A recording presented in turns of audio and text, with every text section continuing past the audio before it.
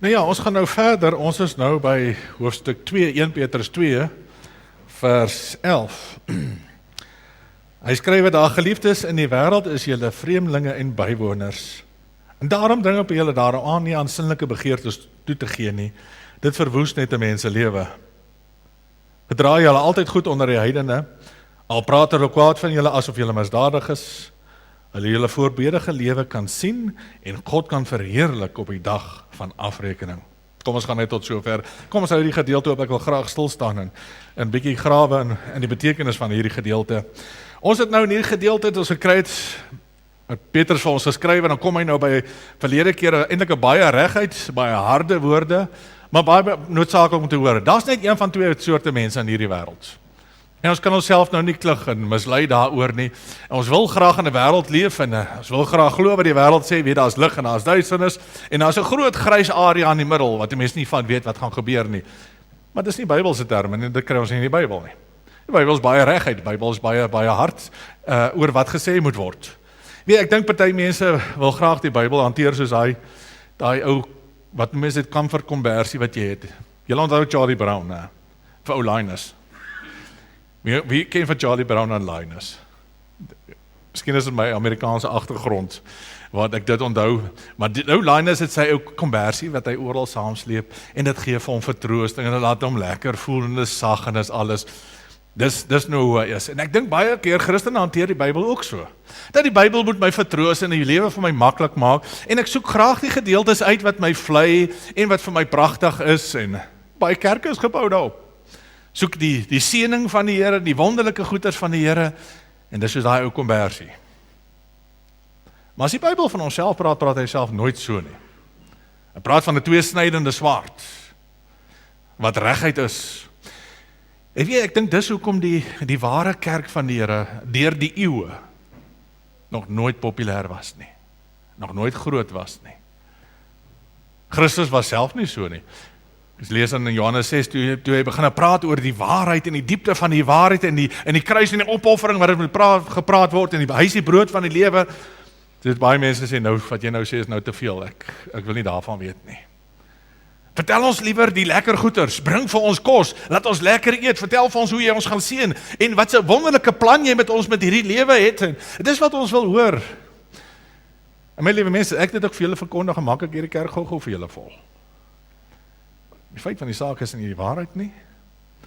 Dis deel van die waarheid. Dis nie die volle waarheid nie, dis nie wat jy nodig het om te hoor nie. Die Bybel is nie daar om 'n konversie te wees nie, maar vir ons te vertel waaroor die wil en die plan van God gaan, en daar's een van twee mense in hierdie wêreld, daar's die wat gehoorsaam is aan die woord van God, en hulle lewens bou op hierdie woord van God, en daar's daar mense wat hulle eie lewens bou. Dis wat ons verlede keer oor gepraat het. En as ons kom by Christus, en dan besonder die kruis van die Here Jesus Christus, want as baie mense wat nie 'n probleem het met die Here Jesus Christus nie, hy is God, en hy gaan hulle seën, en hy doen wonderlike goed vir hulle. Daar's 'n afgod Jesus wat gedien word. En dis die Jesus wat daar is vir my, daai genie in 'n bottle. En ek vry vir hom en dit is lekker, dis 'n lekker godsdiens. Ek sê net op 'n potjie, ek wens ek kon ook so 'n godsdiens gehad het. Dit sou nou maar lekker gewees het, né? Niks te stres nie, hoef nie te kyk na my lewe nie, hoef niks op te offer nie, hoef vir niks bang te wees nie.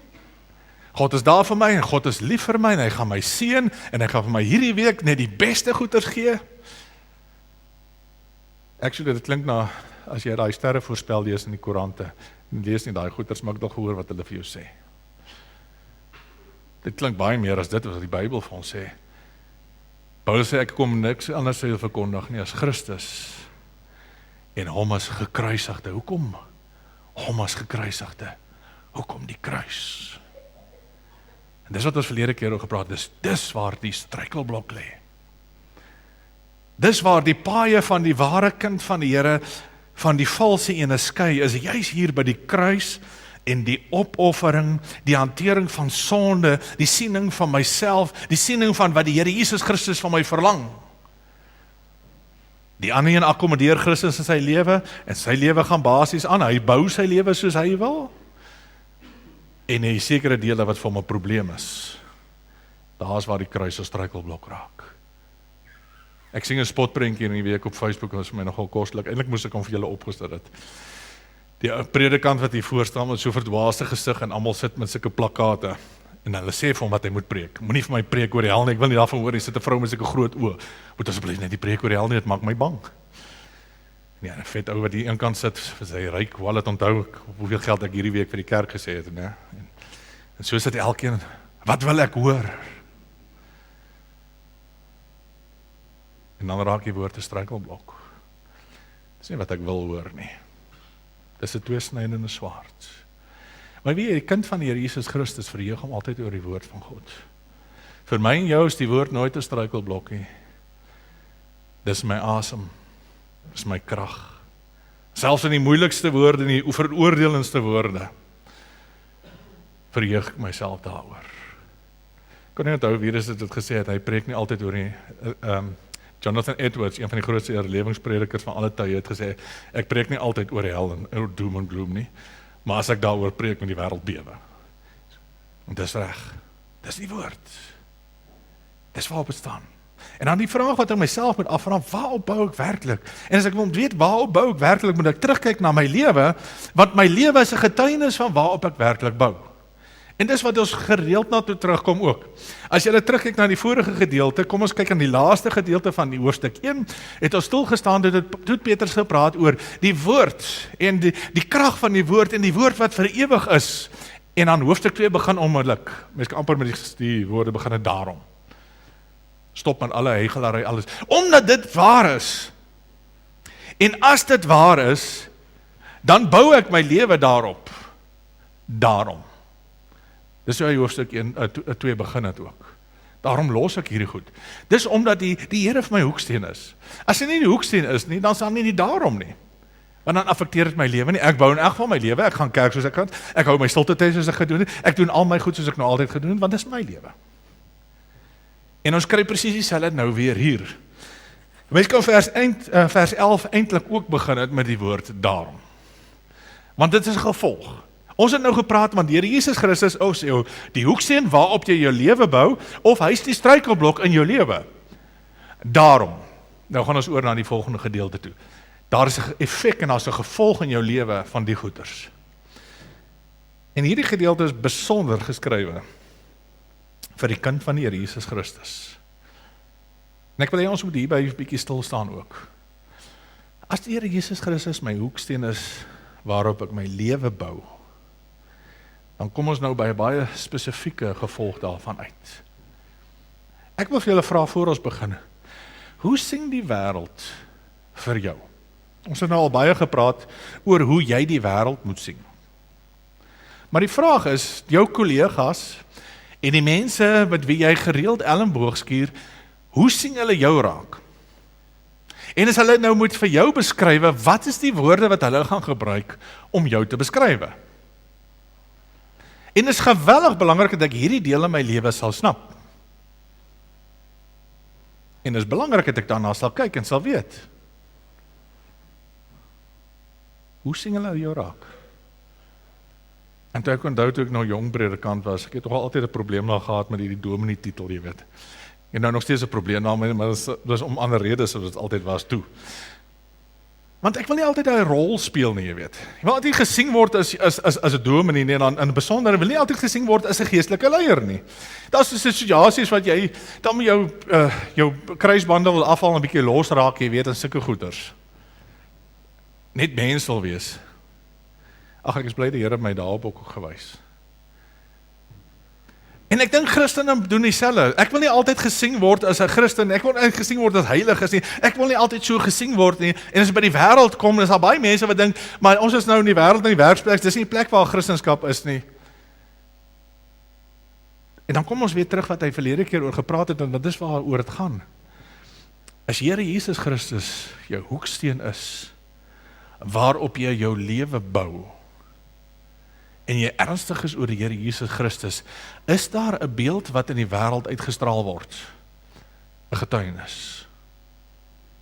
In die wêreld moet raak sien. As jou werksmense dink jy is cool, jy is in, en hulle het niks fout en niks probleme met jou nie, dan wil ek ernstig vir jou vra of jy regtig ernstig is oor die Here Jesus Christus. Want dis nie wat die Bybel vir ons sê, wat die wêreld met ons gaan doen nie.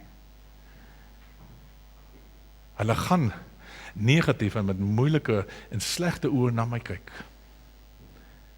Die vraag is, hoe sien hulle my? As jy in 'n Christelike omgewing werk met gelowiges rondom jou, dan sê jy het baie voorreg, en daar is van julle wat dit het, maar is van julle wat in baie ernstige wêreldse omstandighede werk. En as ek kind van die Here is, en ek is baie ernstig oor die Here, en as ek ernstig is oor die Here, is ek uitgesproke oor die Here. Dit kan nie anders dan nie. Ek is uitgesproke oor die dinge waarin ek glo. En ons gaan nou in 'n era in, en ek kan dit nou maar vir julle profeties sê, dat waar is, dat julle gaan begin baie meer teenkanting kry van ons Afrikaanse bevolking, omdat jy Christen is. Dit was nie in die verlede so nie, maar dis die toekoms waar ons ingaan. En in hierdie hele gay debat, ook nou gisterand weer die TV kyk, en ek sien hoe hulle te kere gaan daaroor, en hoe pro dit is, en die Anglikaanse kerk wat ons 'n uitspraak gehad het, luister na die agtergrond en die hoek waar dit kom, weet jy, die stoep het goed het nog nie bygekom, en dis maar net een element, om die Bybel te diskrediteer, en die Christen te diskrediteer, dis net 'n tool wat die duiwel gebruik. Gaan nie nou oor die debatte, en die sonde daarvan nie, maar die feit van die saak is, as jy ernstig is oor die Here Jesus Christus, dan moet ek opstaan vir wat ek glo die waarheid is. En as wat ek glo die waarheid is, gaan 'n reaksie wees van die mense rondom my, en die wêreld rondom my. Hulle moet praat. Die kritiek gaan nie altyd regverdig wees nie. En dis die belangrike deel. Hulle het van die Here Jesus gepraat, en het gesê, hy is 'n vraat en 'n wynsuiper. Die wêreld gaan altyd praat van die kind van die Here, maar dis nie altyd die waarheid nie. Hulle gaan goeders uitdink. Hulle het van die vroeë kerk gepraat en sleg gepraat en gesê dat die ouens in die vroeë kerk is kannibale, want hulle eet vleis en hulle drink bloed.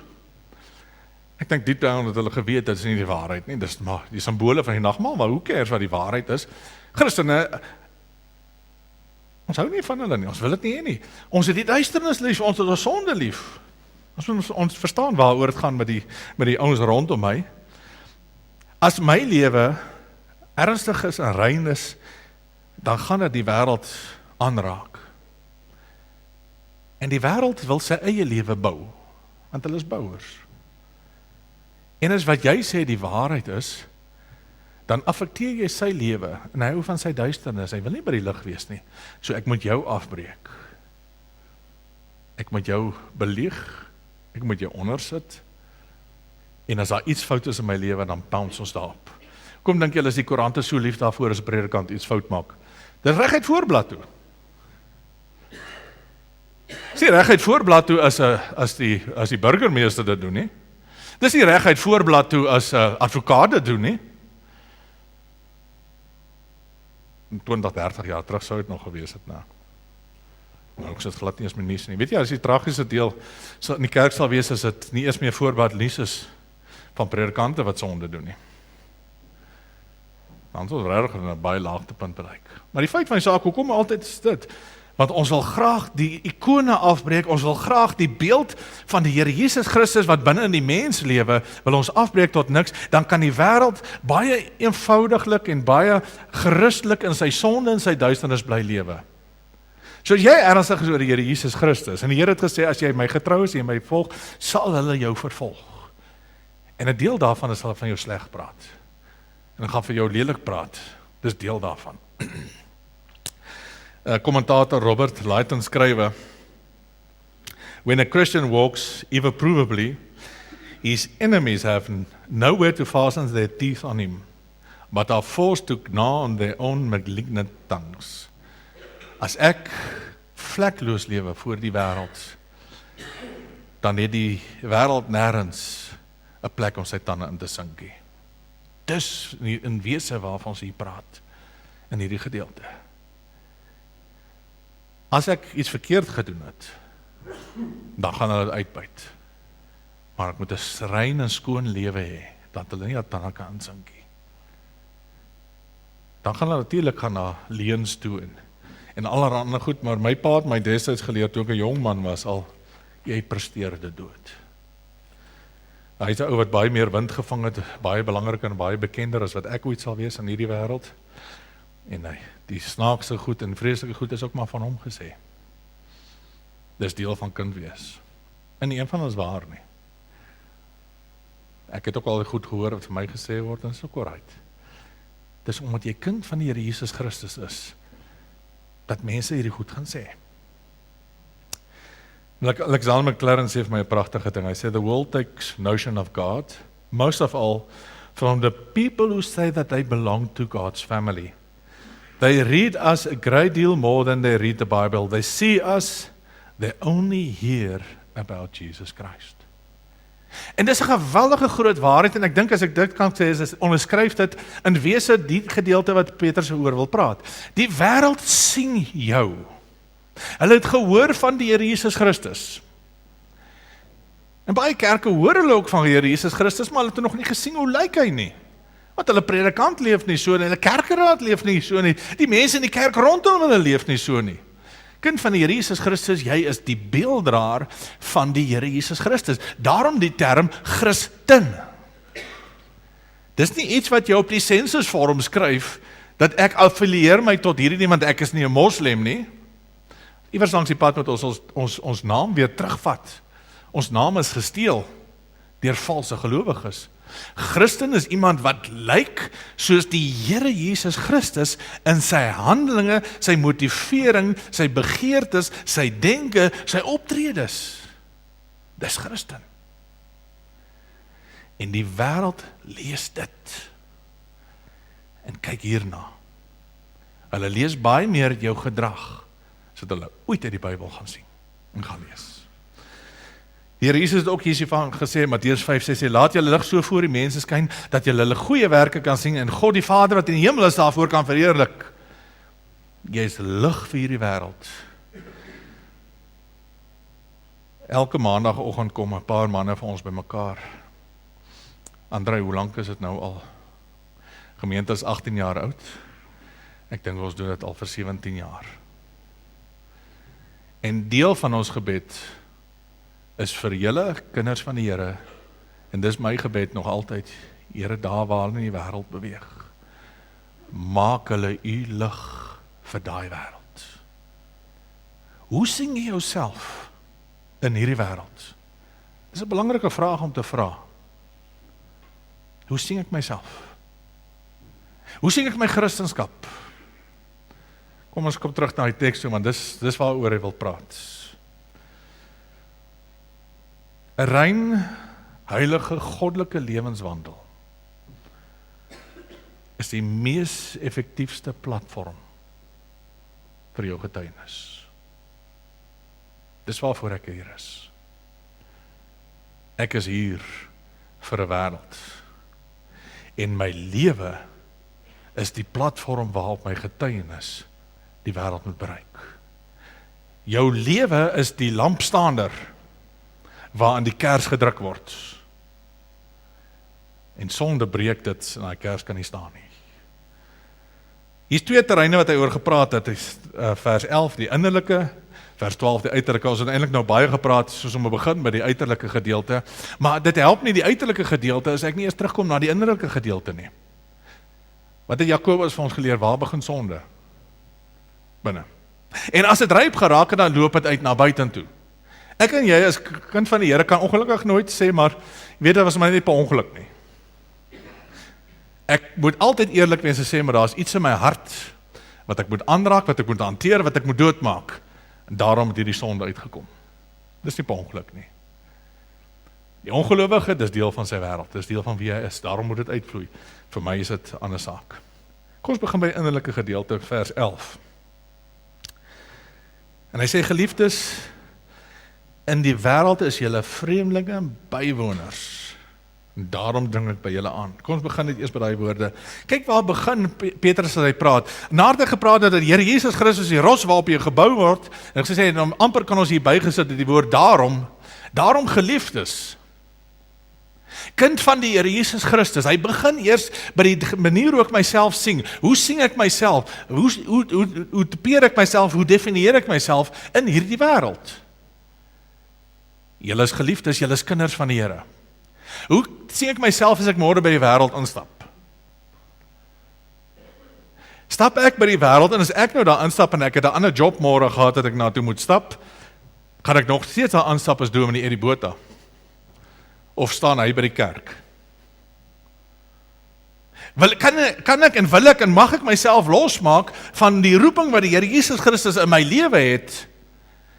En ek sien myself net hier as sondaar dit, maar môre is ek iets anderste. Nie 'n geliefdes van die Here Jesus Christus, hulle vir wie die Here lief is, vir jou vir die Here begenadig is.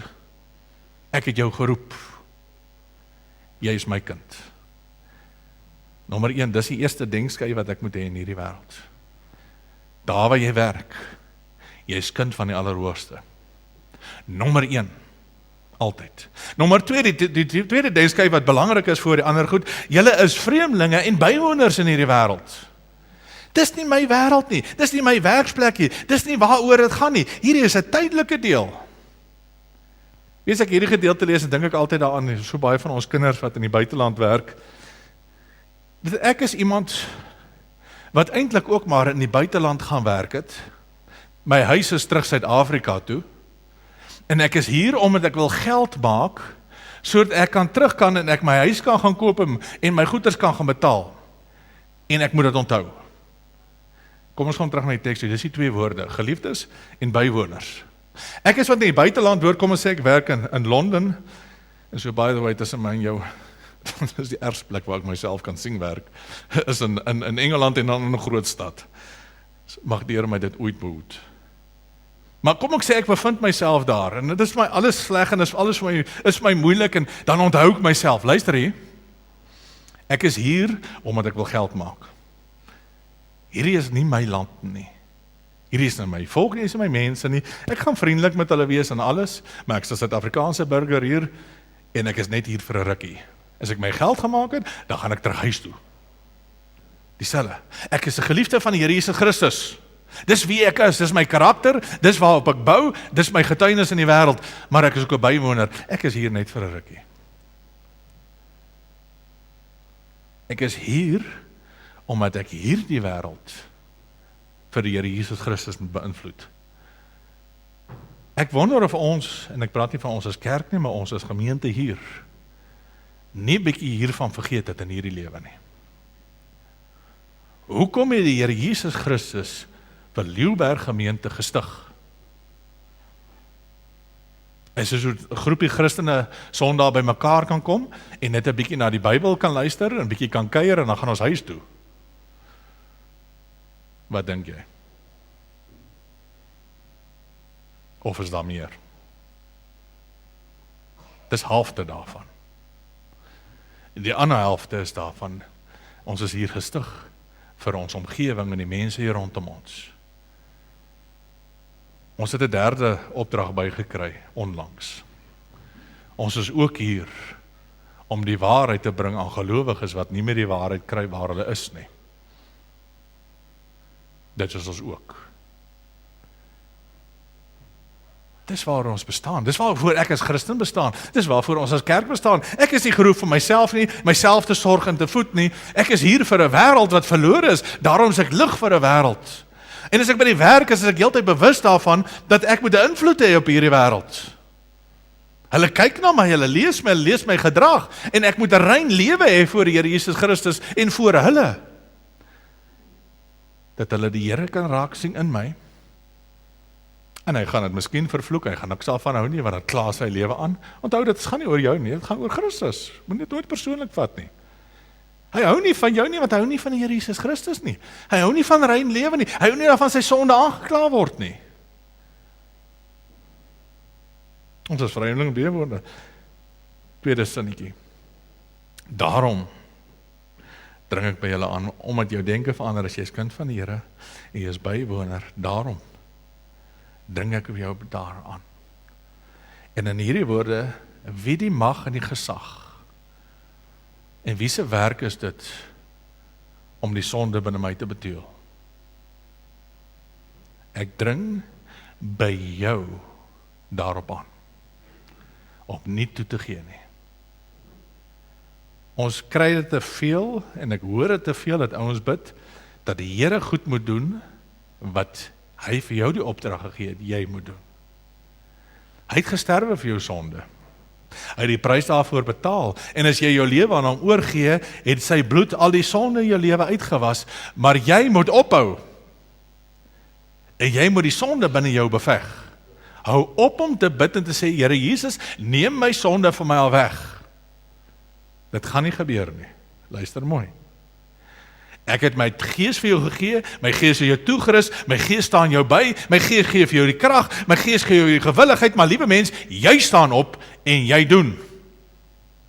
Hou op om toe te gee aan die goed. Dis waar het begin, my beeld in die wêreld en hoe die wêreld my sing, begin diep in my binneste en dit begin in my geveg wat ek het teen die sonde wat binne my woed. Daai sinnelike begeertes waarvan hy praat, en as Paulus die praat van sinnelike begeertes, is dit baie meer as net 'n seksuele goed.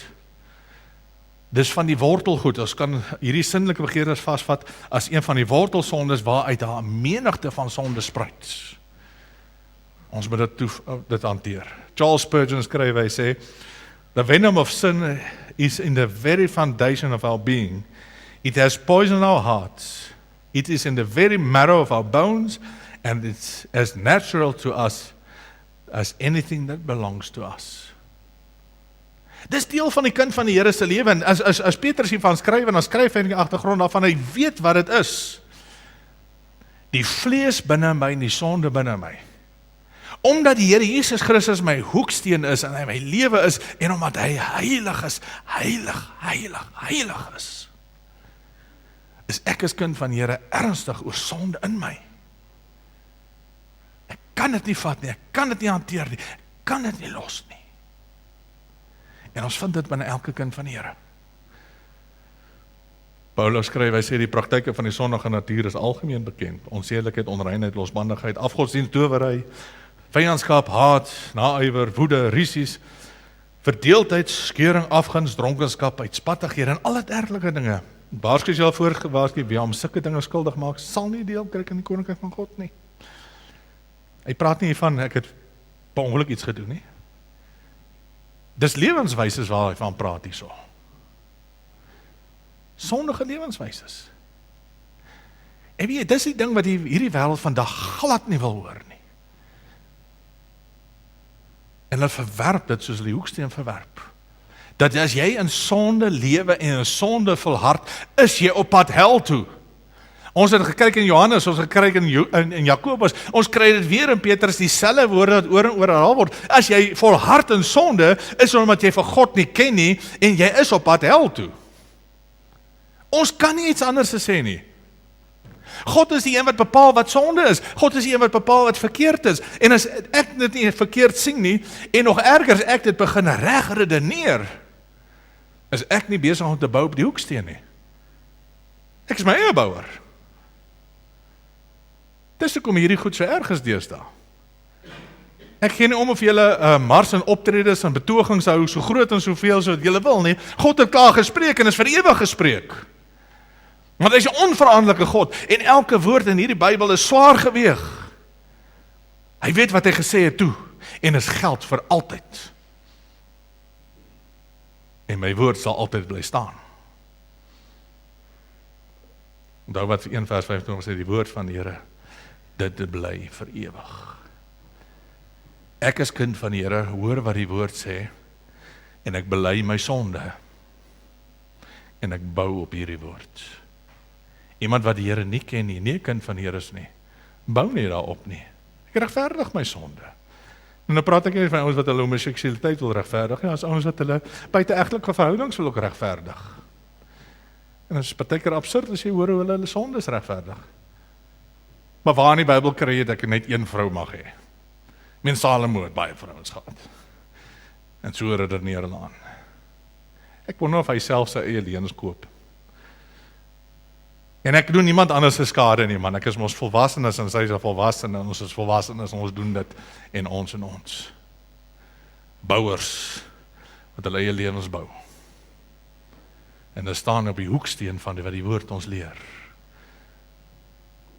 Dit verwoes mense lewe. Vers 11. Eintlik die letterlike wat daar staan, dit voer stryd met die siel. Paulus skryf iets hier van in Romeine 7, julle ken die gedeelte baie goed, né? Hy sê, ek begryp self nie wat ek doen nie, want wat ek wil doen, dit doen ek nie, maar wat ek haat, juist dit doen ek. Wie van julle kan identifiseer daarmee? Ja? Woek. En dis normaal, dis deel van die kind van die Here Jesus Christus, dat as ek 'n uiterlike beeld in die wêreld wil hê, en dat die wêreld die Here Jesus Christus moet saamstem, waar's die oorlogsveld? Die oorlogsveld is in my midde, in my binneste. En daar's goed binne my wat ek haat. Ek dink as ons nou die vrymoedigheid gehad het, ek gaan nie vir hulle vra om dit te doen nie, hoor, moenie worry, ontspan. Kan ons elkeen nou vorentoe opgestaan en sê, in my haat ek dit. Ek wens ek het dit nie gehad nie, maar weet jy wat 'n stryd het ek hier teen hierdie ding? Weet jy wat 'n stryd het ek teen jaloesie? Weet jy wat 'n stryd het ek teen dit? Ek lees van Charles Haddon, wat ons nou net gehoor het van Spurgeon. As Spurgeon hy gestaan het, en was 'n getuienis wat hy gegee het, so ek het die vrymoedigheid om hom te gebruik, wat hy gesê het, weet jy wat dit van my lewe, elkeen van ons het verskillende goed, wat ek haat. Sy groot struikelblok in sy lewe, waarteen hy sy hele lewe geveg het, was trots. Dit was sy groot ding. En wie interessant genoeg, dink ek, geen ander mens sou dit ooit van hom kon geraai het nie. Ons praat nou hier van die prins van alle predikers van alle tye, die grootste van alle predikers wat die Here die magtigste gebruik het. En hy sê die struikelblok in sy lewe, wat hy baie meer gesukkel het, is trots.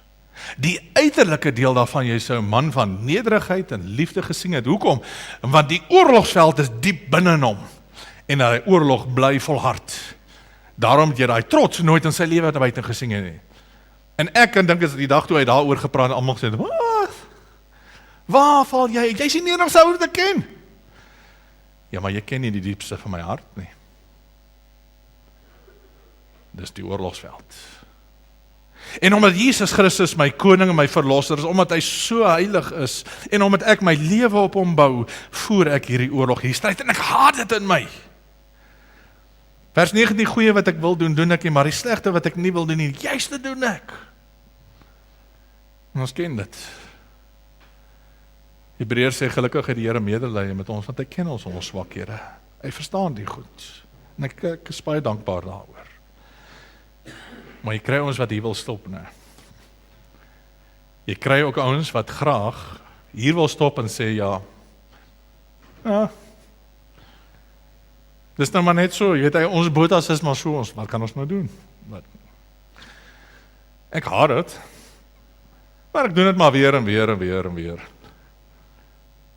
Hy is nie besig om die oorlog te voer, hy is besig om sy sonde te regverdig, en het vloei uit in die wêreld sien dit raak.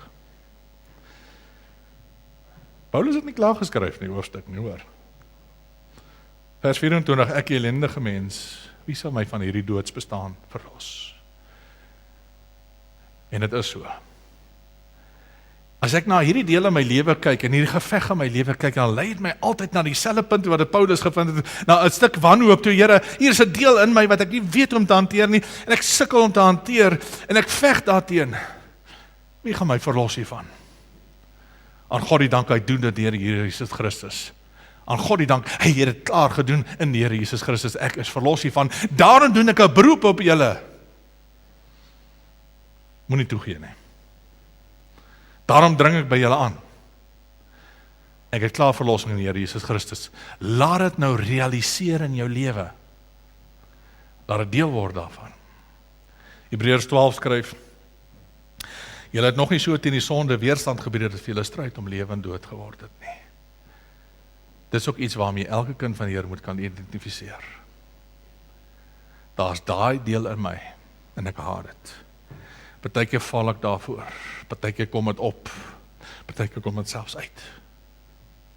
En ek haat dit. Maar ek gaan dit nooit los nie. Ek gaan dit nooit aanvaar nie. Ek gaan nooit toelaat dat dit maar deel word van my lewe, en ek gaan nooit verskoning maak daarvoor nie. Ek skaam my dood daaroor, en ek is hartseer en ek is gebroken daaroor, en ek gaan bly om hierdie oorlog te voer in my. Party van die goed gaan weg langs die jare. Party goed bly daar vir baie jare, of tot die einde toe. Miskien is dit soos by Charles Spurgeon, is dit maar trots. Miskien is dit 'n bietjie afguns. Wat ook al mag wees, daar is 'n lang lys. Jy weet wat joune is. En dis my oorlog, dis my stryd. En ek gaan dit daar in my binnekamer op my knieë voer, en daar bly voer, want dis waar my oorwinning kom, elke dag. As jou binnekamer begin afskeep, dan gaan jy sien hoe gaan hierdie goed makliker gaan uitkom. Maak reg in jou binnekamer, en draai jou binnekamer uit in jou dag. Gaan haal die hoeksteen in die oggend vroeg. En gaan bind jouself vas aan die hoeksteen in die oggend vroeg.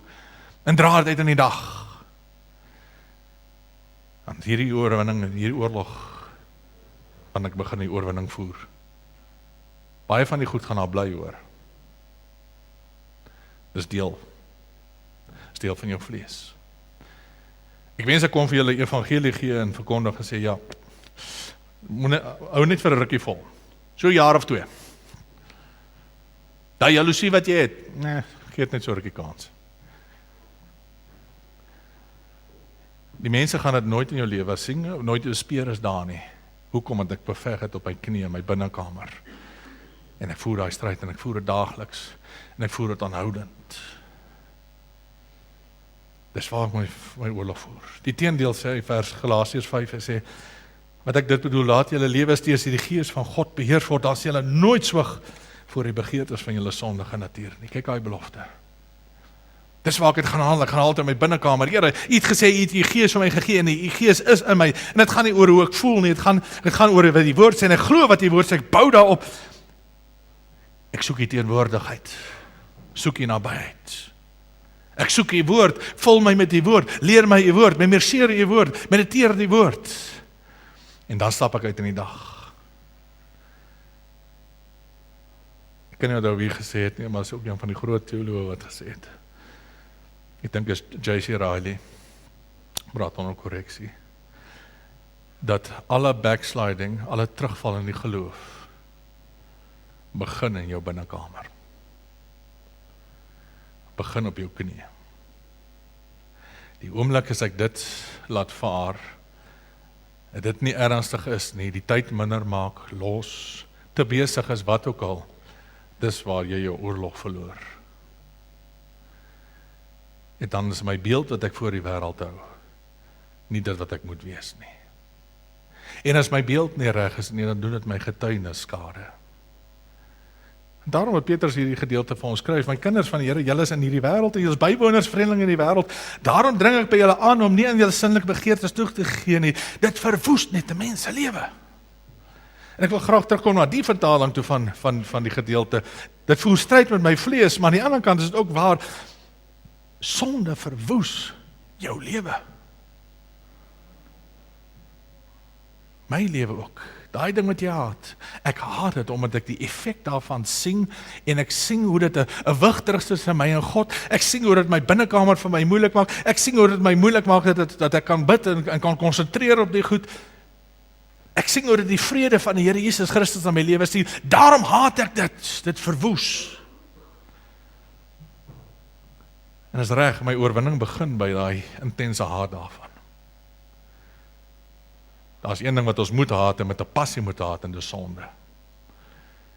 En juis omdat dit verwoes. En die ergste verwoesting, ek praat nie van die uiteinde as jy wel is in jou lewe het, dan loop dit uit op buite-egtelike verhoudings, dan loop dit uit op egbreek en egskeiding nie. Ek praat oor die beginpunt daarvan is die verwoesting al, dat dit 'n kontak breek tussen my en my Vader. En dat my vrede steel. Dat dit my vrymoedigheid steel. En dit werk ook so, weet jy, as ek sonde het wat ek in my lewe het, en ek nie oorwin in my lewe nie, dan het dit 'n uitvloeisel in die uiterlike deel van my lewe ook. Ek het nie vrymoedigheid om by die werk te getuig oor die Here Jesus Christus nie. Nou, want ek sê die duiwel heeltyd vir my, wie is jy om te praat? Wie is jy om te praat? Ek het 'n gewete wat my aankla. Dit verwoes ook my getuienis. Jou heilige, rein, goddelike lewe is die fundament waarop jy jou getuienis in die wêreld moet lewer. Dis ook waar jou krag lê van jou getuienis. Jy praat oor die Here Jesus Christus, maar kyk ook na jou lewe. En die uiterlike deel van jou lewe begin op die innerlike deel, in die oorlog wat ek voer. Ek sluit af vers 12, net so vinnig oor die uiterlike. Gedraai jy altyd goed onder die mense. Maak nie saak wat jy doen nie, tree altyd regop. Al praat hulle kwaad van julle, asof jy misdadigers is. Jou lewe en die manier hoe jy optree met die wêreld, het niks te doen met hoe die wêreld jou hanteer nie. Dit vloei uit my rots, uit my anker uit. Vloei my liefde, my vreugde, my vrede, my goedheid, alles vloei uit my anker uit. Al stap jy by die werk en almal is nors, almal is kwaad, almal is geïrriteerd, blou maandag en wat ook al, Christen het nie 'n blou maandag nie, ons het 'n wonderlike maandag, 'n nuwe dag wat die Here gemaak het. En dan stap in met 'n vreugdeslied vanuit my binnekamer en ek stap in, ongeag van wat hulle is. Al praat hulle kwaad van jou, al sê ou negatief met jou. Ek het een ou in die stad wat regtig nie baie van my hou nie. Ek kan dit eintlik kwalifiseer, ek dink die ou haat my regtig. En ek sing hom, in die week gaan koop ek 'n paai en sing hom dan. En ek kan hom met die opregte liefde net groet. Ek is lief vir hom. En my liefde sal bly vloei vir hom. Sy gedrag bepaal nie wie ek is en wat ek gaan doen nie. Selfs met jou. Al praat hulle kwaad van jou, dra jouself goed voor hulle. Rede, sodat jy 'n voorbeeldige lewe kan sien en God kan verheerlik. Dink vir 'n oomblik, as die persoon wat nou baie kwaai is teen jou in die lewe vir jou moeilik maak, as die Heilige Gees besig is om met hom te werk, en sy oë begin oopmaak dat God is God en die koning is van die heelal, en dat hy mens vol sonde is, na wie toe kan hy draai, as God met hom begin werk en kom vra, en kom praat? As jy 'n kind van die Here is wat reg lewe voor die wêreld, en jy leef die Here Jesus Christus uit, gaan die ou wat jou sleg gesê het en jou vloek, juist terugkom na jou toe op die ou einde, en vir jou, met jou kom praat, en jy kan hom na die Here Jesus Christus toelei. Dis soos dit hoort. Sommige so persoonlike tye, as ek onthou, Marike nog jonk was, sy's nog student gewees, argitektuurtoere, fakulteit is nou nog so goddelose fakulteit. En jy weet, as jy in die bus klim en jy gaan Kaap toe, dan is dit hotbox en jy rook saam al die pad, al of jy 'n sigaret het of nie, dis hoe studente te kere gaan. En hulle drink en hulle vloeke gaan te kere, en sy's ernstig oor Here, en was nog altyd ernstig oor Here, en sy stap so voor die studente. Hulle het geweet waar sy staan. En in die een nag, en sy ou dronkeskap, die ou groot bek van die klas, julle ken ons altyd so een groot bek in die klas, wat vreeslik drink en vreeslik te kere gaan. En in sy dronkeskap net vir sê, jy weet nie hoe gelukkig jy is nie. Hoekom? Hy sing die Here Jesus raak. En vir 'n oomblik is hy eerlik. Nie by die Here uitgekom nie.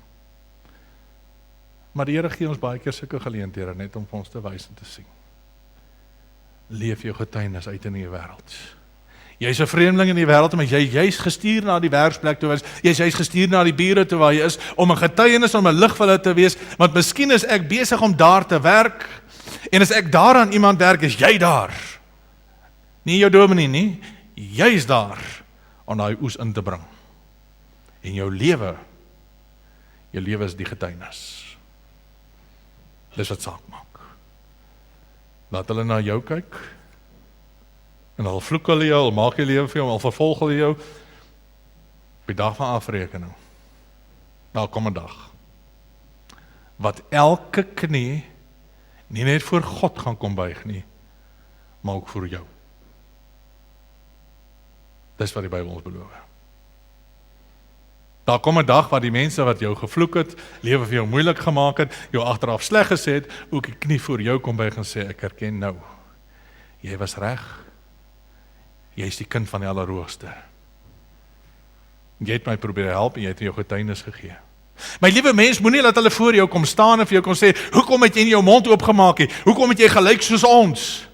En ek sit in die ewige hel en ek verbid my, want jy was daar. Laat hy die knie voor jou kom buig en sê, ek het jou gehaat omdat jy die waarheid gepraat, ek het jou gehaat omdat jy lig van die wêreld was. Moet hulle jou verag omdat jy soos hulle was nie. Ook die kerk van die Here Jesus Christus. Ons is nie so sê die wêreld, ons is getuienis vir die wêreld. Ons staan op en praat oor die sonde van die wêreld en ons bly daarby staan. Ek gee nie om wat die regering besluit nie, ek gee nie om wat die kerkraad besluit nie, ek gee nie om wat die wêreldraad van kerke besluit nie. Die waarheid is die waarheid en ons staan as ligdraers in die wêreld van, dis die waarheid. En die dag as die Here hulle kom besoek, dan draai hulle na hierdie mense toe. Dit moet jy wees. Want ek kan God in jou sien. As die Here hom besoek, moet hy onmiddellik weet waarheen moet hy draai. Daar's iemand by my werk, daar's my buurman. Hy sal weet wat om te doen, wat nou met my gebeur. En jy bring hom na Jesus toe. Here Jesus, ek sê vir U dankie. U is ons hoeksteen, U is ons anker, U is ons lewe. En Here, U stuur vir elkeen wat hier voor my sit uit, om lig en om sout vir hierdie wêreld te wees. En Here, ons mag nie hierdie lig onder 'n maatemmer wegsteek nie. Ons mag dit nie terughou nie, ons mag dit nie sagter maak nie. Ons is lig en die wêreld is duister. En U is besig om te werk in hierdie wêreld waarna ons nie behoort nie, ons is vreemdelinge. Maar Here, solank ons hier is, kom gee ons onsself en U sê, Here, hier is ek, stuur my, gebruik my. En ek bid ook, Here, vir my binnekamer, my binneste en hierdie sonde in my, en ek pleit by U, Here, dat ek totale oorwinning daaroor sal kry, en dat U verheerlik sal word. Ek pleit, Here, om vergifnis ook vir so baie keer dat ons as U kinders, ons sondes laat uitglip na die wêreld en hulle sien dit, en ons gee vir hulle rede om U te verag. Ag Here, moet nie laat dit in ons lewens wees nie. Laat ons hierdie stryd voer, Here, tot die einde toe, met elke stukkie wat binne in ons is. Dat U naam kan glorie kry, dat U kan eer kry, Here. En dat ons 'n lewe kan hê wat 'n goeie platform is vir ons getuienis voor U. En ons weet, Here, ons is nie volmaak nie, ons keer dit ook nie voor nie. Ons is mense wat ook 'n stryd voer en wat 'n pad van heiligmaking stap. Maar ons is die lig vir hierdie wêreld. Ek bid, Here, stuur elke sendeling wat hier voor my sit uit, met 'n opnuute energie en 'n ywer, ook in hulle werk. Laat U daardeur verheerlik word. Amen.